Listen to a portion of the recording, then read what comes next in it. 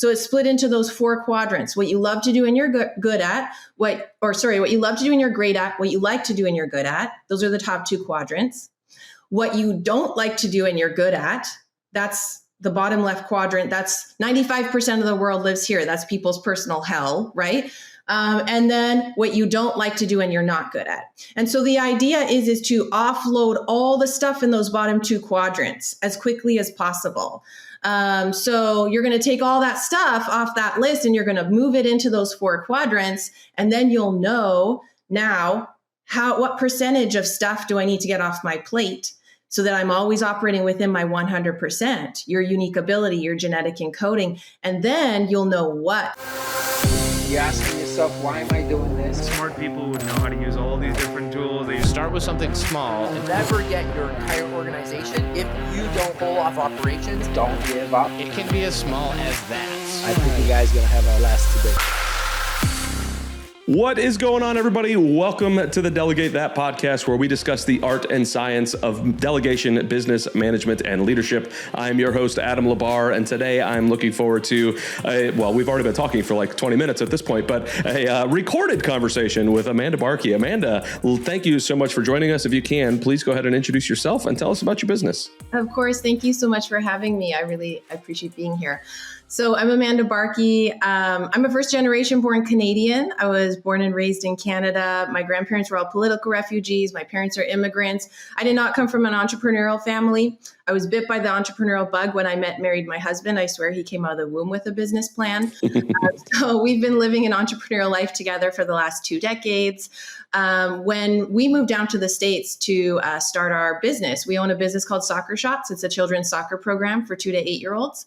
And when we first started our business, we didn't know what we didn't know. We were growing by our reputation, learning from our mistakes. We knew there was a better and easier way to run a business. We just couldn't quite put our finger on it. And then that's when we read traction. That was over a decade ago. We implemented the tools and disciplines in EOS in our business, and we got everything we wanted from our business and more. We thought we were killing it with 63 kids enrolled in our program in the first season. Fast forward, we serve over 10,000 families between Southern California and Hawaii. So, I fell in love with EOS. It radically transformed my life, both personally and professionally. I own 3 businesses. I run a nonprofit. I'm a full-time EOS implementer. So I'm a full-time business coach. That's my life's most fulfilling and rewarding work. And I have 5 kids. I don't know if I mentioned that. Everyone always asks us, how do we do it all? And our answer is EOS. And so I've EOS my life. I love that your podcast is called Delegate That, because that's one of my favorite things to do, is to delegate, to elevate. I feel like I've done that really well in my life, and that's how I've gotten to be where I'm at this stage in my life. It's not hard for me. I know it's hard for some people, but letting go of the vine is my favorite thing.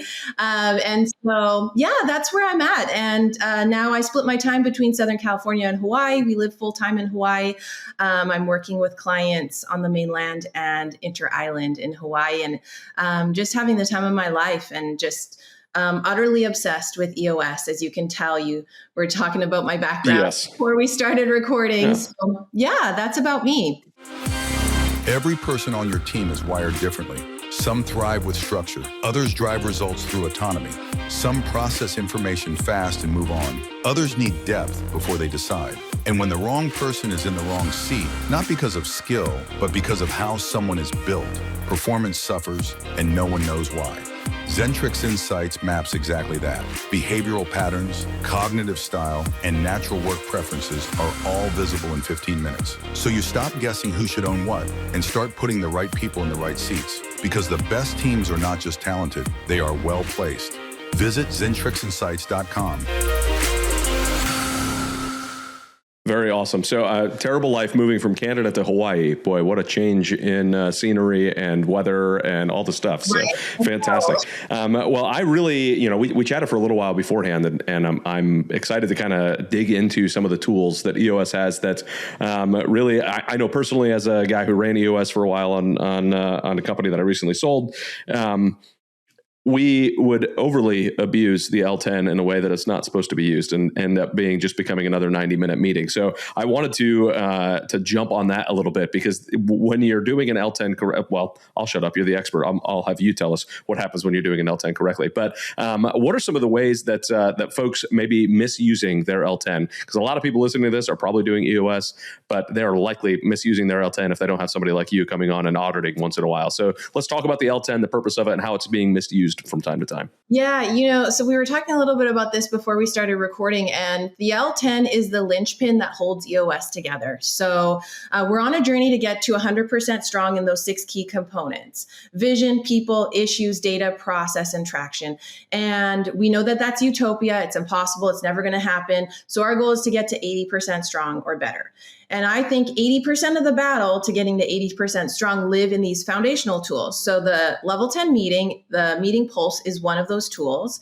The VTO, the scorecard, rocks, and meetings. And so, yeah, that level 10 meeting really is the linchpin.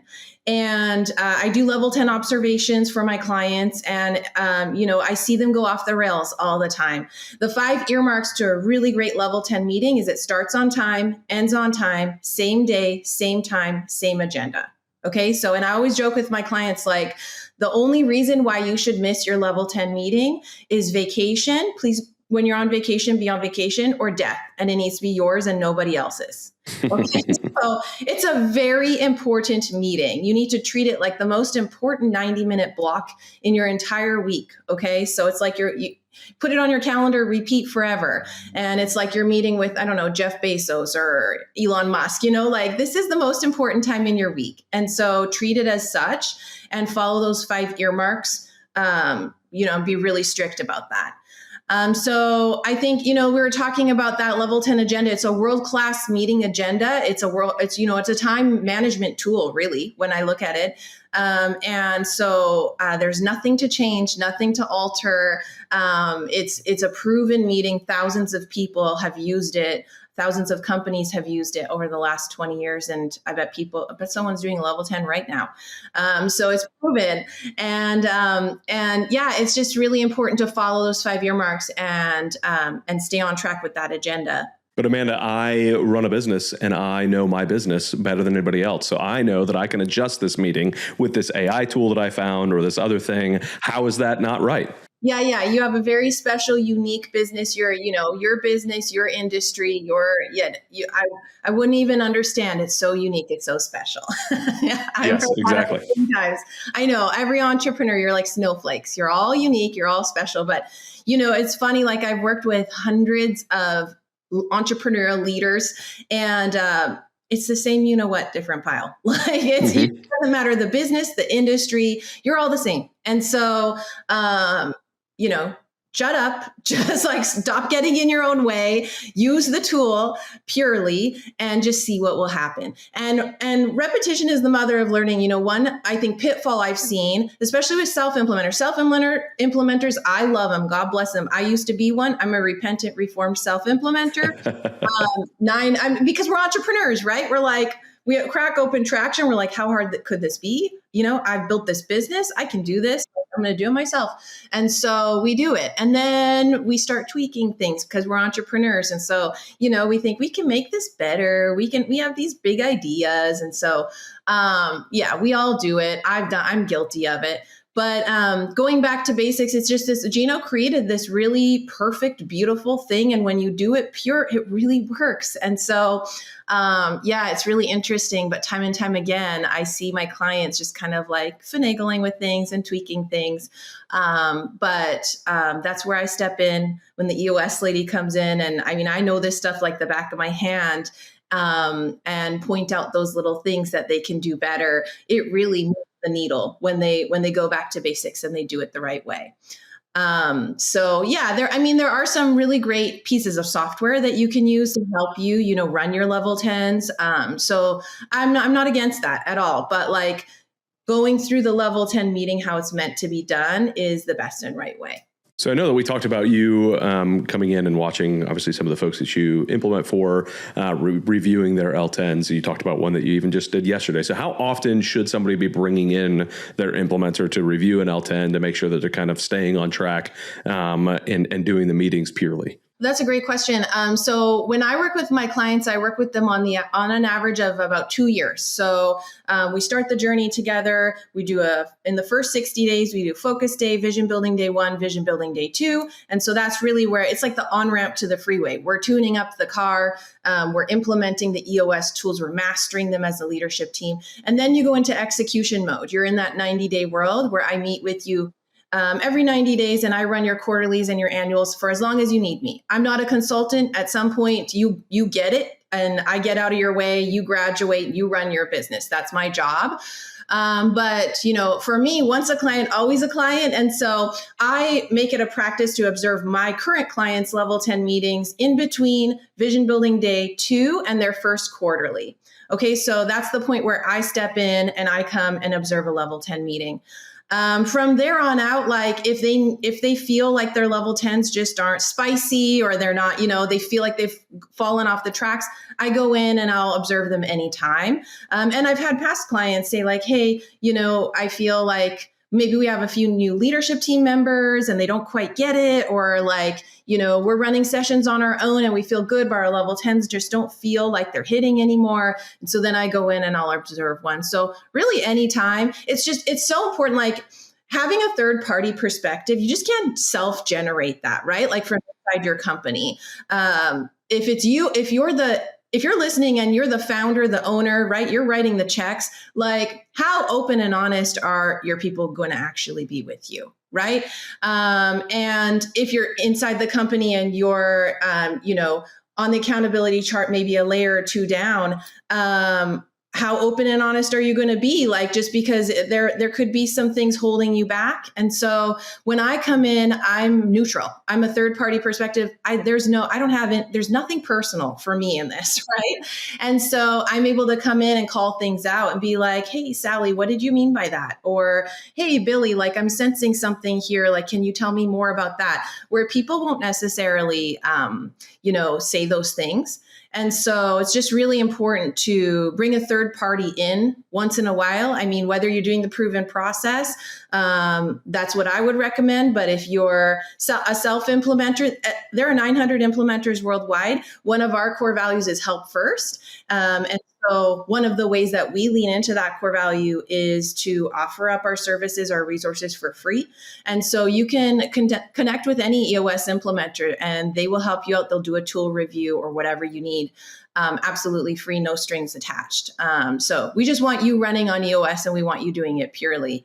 So I'd say from my personal experience, twice a year, if I could have somebody come in and watch my L10 would be awesome, because we would get off the rails in one way or shape or form. And just having somebody, that third party that's coming in, because you'll have that one person that's really strong in EOS, like they totally get it, they understand it. But like you said, they may be two levels down on a thing and they're just like, it's driving them crazy that we're not following exactly what the L10 should be. And if we can have somebody come in and say, hey, knock this off, you're doing these things incorrectly, like let's straighten this out a little bit, it'd be great.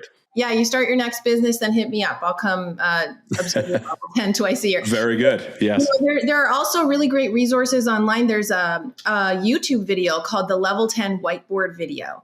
So there's 2, actually. There's one that's by Gina Wickman. And so you can watch him run through a pure Level 10 meeting agenda up on the whiteboard. And then there's one by our current visionary, Mark O'Donnell. And so I always send those links to my clients when they're learning the Level 10 meeting, because I teach it to them in the session room. But, sometimes it's in one ear, out the other. And we're learning a lot. I'm filling their head with a lot of information. And so I encourage them to watch that Level 10 whiteboard video before every Level 10 to just really tune up and really cement the pieces of the Level 10 in their minds. So I'd recommend your listeners just to go on YouTube and look at that too. That's a really good way to just sort of like refresh. For sure. Absolutely. The other one I wanted to hit was the VTO. let's go into the VTO a little bit, because the thing that I love about the VTO is making sure that my eyes are in the right direction all the time, and then we're moving in that right direction. But sometimes my VTO would like sit underneath some stuff on my desk and I'm not thinking about it, or in a file somewhere on my computer and I'm not thinking about it. So can we go over a little bit more in detail on the VTO, kind of what its role is, and how it helps us make sure that we are delegating properly, how it helps us make sure that we're focusing correctly in our business so that we can actually achieve these goals? Yeah. So, well, first of all, I want to talk about where, having that VTO accessible. So we were talking earlier, I, as an EOS implementer, I run my EOS implementing practice on EOS. So I take this little book with me everywhere I go. It has a pocket in the back, and I can pull my VTO out right now. It's right here. So, having your VTO accessible and poring over it consistently is so important. As a leader, you should be doing that. And so I was really inspired by Mark O'Donnell. He's our visionary at EOS Worldwide. He laminates his VTO every quarter, and he takes it with him on every clarity break. He has it with him all the time. And so, I think that's really important. Print it out. Have it with you. I encourage every single person on the leadership team to do that. Take it with you on clarity breaks, pour over it all the time. So that's first and foremost, I wanted to talk about that. But your VTO, for any of the listeners who don't know what that is, it's a vision traction organizer. It's a 2-page simple strategic planning document. And it has 8 questions. What are your core values? What's your core focus? What's your 10-year target? What's your marketing strategy? What's your 3-year picture? What's your 1-year plan? Your 90-day plan, your rocks, and what are your issues? Okay. So we answer those 8 questions as a team, as a leadership team, and get on the same page with where we're going and how we're going to get there.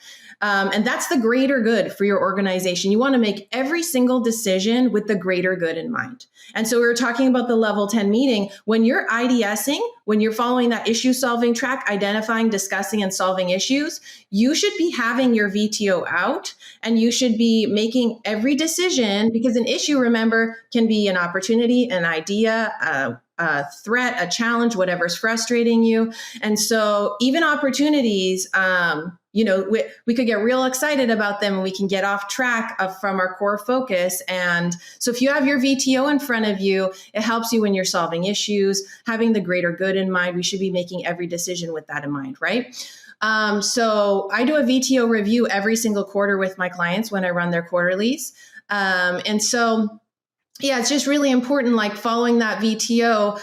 So there's the vision side of the document at the top, the traction side at the bottom. And so we want to stretch the vision and predict the traction. Okay. So the vision is that stuff like the core values, the core focus, your 10-year target, that BHAG, big, hairy, audacious goal, 3-year picture. We're really dreaming. It's all really high level, 30,000 feet stuff. And then the traction side is when we bring all that stuff down to the ground and we create a real actionable plan to execute on that stuff. So that's where I start seeing, you mentioned delegating. That's where I start seeing the delegating happening, is on that traction side of the document, when we're creating those goals for the year and the rocks for the quarter and those long-term issues. That's where we start really digging in and figuring out, how can we delegate? Who do we delegate to? What do we delegate? We use the Delegate to Elevate tool to really help us do that. And so, yeah, I don't know if that answered your question. I could talk about people all day. So. Oh, I know you could. I know you could. Yes. Hence the conversation before the podcast even started. I totally get it. Yes. So you mentioned the Delegate to Elevate tool, and I know I've talked about it before on the podcast, but I want to hammer it home. Not only because the podcast is called Delegate That, so we should be okay with that, talking a lot of delegation. Yes. But some people look at delegation as just kind of passing something off, and just I'm just going to pass this thing off, and then that way I don't have to focus on it anymore. If we're actually truly using the Delegate to Elevate tool properly, what's the steps we should be taking to do that? I love this. This is really exciting for me. Okay. So what I want your listeners to do, and I do this every 90 days. Okay. So you can't just do this and set it and forget it. Okay. There's going to be new things coming on your plate all the time. We're working in entrepreneurial companies that are fast paced. They're growing, they're scaling, they're changing. And so what you want to do as a leader in the organization is take take a legal pad with you. Okay. So Gino loves a legal pad. So we have, I have one accessible at all times. So whether you take a legal pad or you have your notes app or whatever it is, Remarkable, you can go high tech, whatever. Take it with you. And over the course of a week, write down everything you do pertaining to your job, right? So whatever your function is, whether you're sitting in one seat or multiple seats on that accountability chart. So whatever that function is, whatever those roles are, and whatever you're doing pertaining to that, write it down, even the embarrassing stuff. Okay. So then you're going to timestamp it. So you're going to write down beside each thing about how much time it takes you to do all of those things. We all only have our 100%. Right. And so mine might look different than yours. Maybe it's 40 hours a week. Maybe yours is 70 hours a week, whatever it is. But if let's just say for easy number's sake, it's 100 hours a week. Well, if it takes you 120 hours to do all that stuff, you have to delegate 20% of that stuff. Right. And so first and foremost, you need to know that. And so you have to take you need to record the stuff you're doing, timestamp it, figure out what that equation is, figure out what the percentage of stuff that you need to delegate out, get off your plate.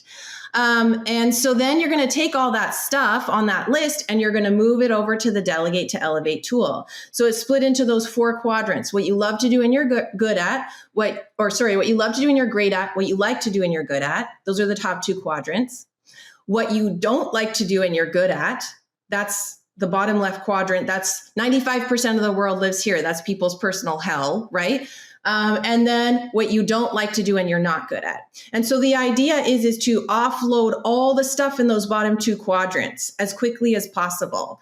So you're going to take all that stuff off that list and you're going to move it into those 4 quadrants. And then you'll know now what percentage of stuff do I need to get off my plate, so that I'm always operating within my 100%, your unique ability, your genetic encoding. And then you'll know what. So how much and then what. So the bottom 2 quadrants is the what. That's the stuff you need to get off your plate as quickly as possible. Then you need to figure out how. And so we were talking about that before the podcast started recording, back in the day, the only how was like, find a person to do it, right? Find a grunt and give them that stuff.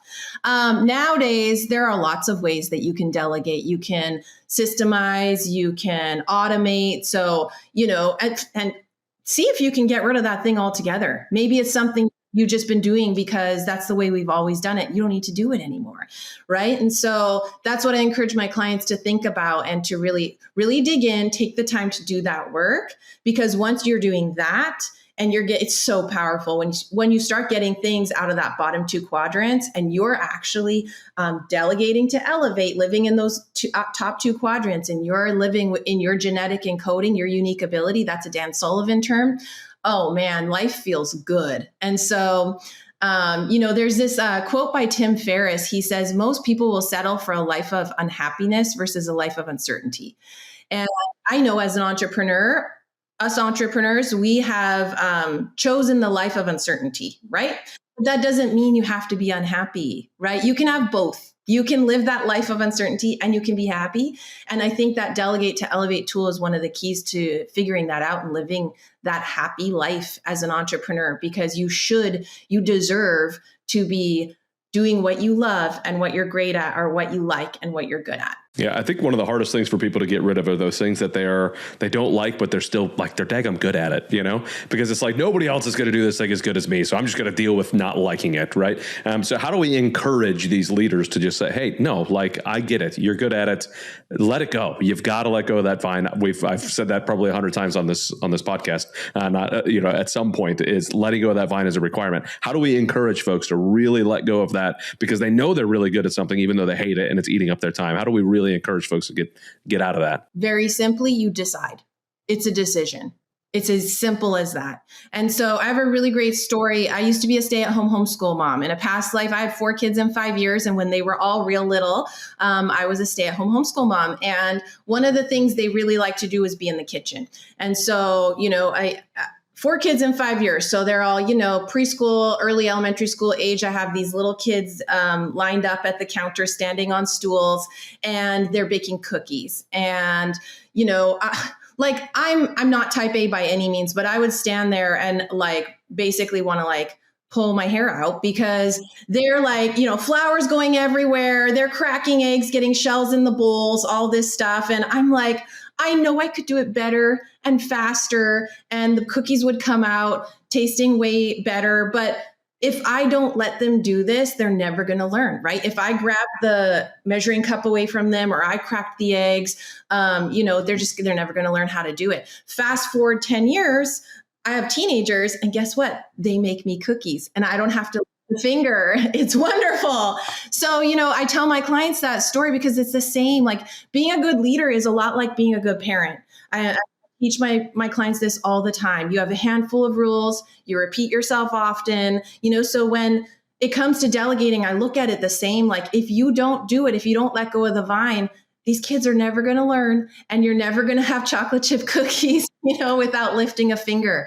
So it's just really, it comes to making that decision and deciding. There's a really great model called the apprenticeship square. You do, I watch. I do, you watch. And it's, I can't remember all the pieces of it right now, but you can Google it, look it up. Apprenticeship Square really helps because I think that so oftentimes we will, as leaders, as entrepreneurs, we'll be like, okay, here's this thing that I need to let go of the vine on. I need this person to do this thing. And we skip some of the steps of the apprenticeship square. And so it's important for us to really create a plan so that we can delegate effectively. And one thing that I want to note too is, until you solve all of your right people, right seat issues, until you have 100% of all of the right people in the right seat, you can't delegate, you can't trust people, because you will never be able to let go of the vine unless you trust that you have the right people in the right seat, and they GWC, they get it, they want it, and they have the capacity to do it. Until you solve your 100% right people, right seat issues, you're never going to be able to delegate effectively. I completely agree with that. And one of the things that I as you were talking about that, it was one of those, if you are not getting rid of those things, you're likely just thinking about today. You're not actually thinking about that vision that we talked about earlier. If you're just saying, hey, I can't let go of this, because you're not thinking about the teenagers that are going to be making you cookies. You're thinking about, I just need to get this done now because I don't want to have to clean up the flour in a little bit. Like, you got to think about what's happening next year. You got to think about what's happening in 5 years, because you don't want to be doing this job in 5 years. You want somebody else taking care of that because they GWC that and you don't W that. You don't want it. You want something else. You want to be doing something else. So I love it. The only way you're going to break through ceilings. That's the only way you're going to get what you want. And so, yeah, absolutely. That's our job as leaders in an organization, is to be future forward thinking. Absolutely. And there's something that Cody Sanchez, I remember her talking about years ago. She was talking about 70-70 equals 140, right? Like, you may think you're the only one that could do this, but maybe you need to get two people that can do 70% of it. And those two 70% together can do way more, right? Because they have the time that you don't. Because if you have that 120 hours of work and you only have 100 hours to get it done, yeah, you don't have that capacity. So let somebody else. Like, they may not do it exactly perfect every single time, but man, oh man, they're definitely going to help you be able to focus on the things that are getting the company to the next level. So, yeah. What is the next, as we're getting close to kind of wrapping up, what is something that if you were to throw at people right now, like, this is the thing that is going to help you help you take your business to the next level? Maybe they're already on EOS, so we're not trying to sell them on coming to that, sell them wrong term, but not trying to convince them to come over to EOS, which I would convince a majority of people to do, and obviously you would as well. But what are the things, like, hey, you need to do this. This is where your brain needs to be right now to get you to that next level, so that you could delegate some of these things, focus on where you're at, and grow the company. Yeah, well, I'm not in the game of convincing, so I like how you clarified that, because the proof is in the pudding. I don't need to convince anyone. But before we started recording, you and I were talking about the leadership abilities. And so going back to those leadership abilities of simplify, delegate, structure, systemize, and predict. Are you doing those 5 things really well? And all of those leadership abilities tie to EOS tools. But if you're stuck, if you're frustrated, so, we all hit ceilings, and you'll hit ceilings in your business. It's called the period of evolution and revolution, right? When we're growing as humans, we have growth spurts, and we just naturally break through ceilings. When you're growing as a business, as an entrepreneur, as a leader, you don't naturally break through those ceilings. You have to figure out ways to break through those ceilings in your business. We'll hit ceilings in 3 ways: individually, departmentally, or as an entire organization. And I always, always, always tell my clients, go back to those 5 leadership abilities: systemize, accountability chart, structure and process, right? Your core processes, structure, again, accountability chart. Gino says the root of all evil lies in the accountability chart.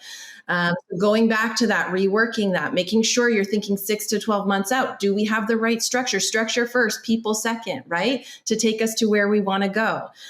Predicting, and really taking a look, like you said, at the, what do we need to do this year or next year to lay the foundation to achieving our long-term goals, our vision, our BHAG. And those 90-day rocks, those priorities, are we predicting really well, right? Revenue, profit, measurable. So really like digging into those 5 leadership abilities. And I think that if leaders slow down, less is more, and really focus and dig into those 5 leadership abilities, they'll break through ceilings faster and better and less painfully. Yes, I completely agree. I love it. Amanda, I have greatly appreciated picking your brain, getting some knowledge thrown out here for folks. If somebody's hearing this right now and they're like, I love the way Amanda talks about this, I can tell the passion. I really want to be able to reach out to her and maybe bring her on as my implementer, or maybe just have you sit down on an L10. What is the best way for folks to get a hold of you? Yeah, so you can go to my website, amandabarkey.com. No L, like the key to the bar. So amandabarkey.com.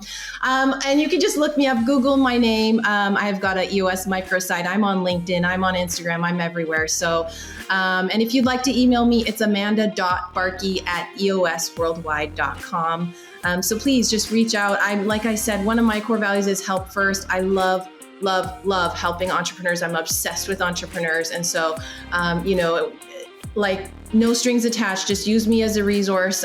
So I would just love to connect with anyone and everyone. So I would encourage your listeners to reach out. Fantastic. I too would encourage all of you to please reach out to Amanda if there's anything she could do to serve or help you and your business. Thank you so much, Amanda, for jumping on again. Thank you, everybody, for listening. I hope you found this a fantastic use of your time. I'm positive there were some tools in there that you were able to take back and do a better job implementing into your business. So thank you again, Amanda. Thank you again, listeners. We'll see everybody on the next show.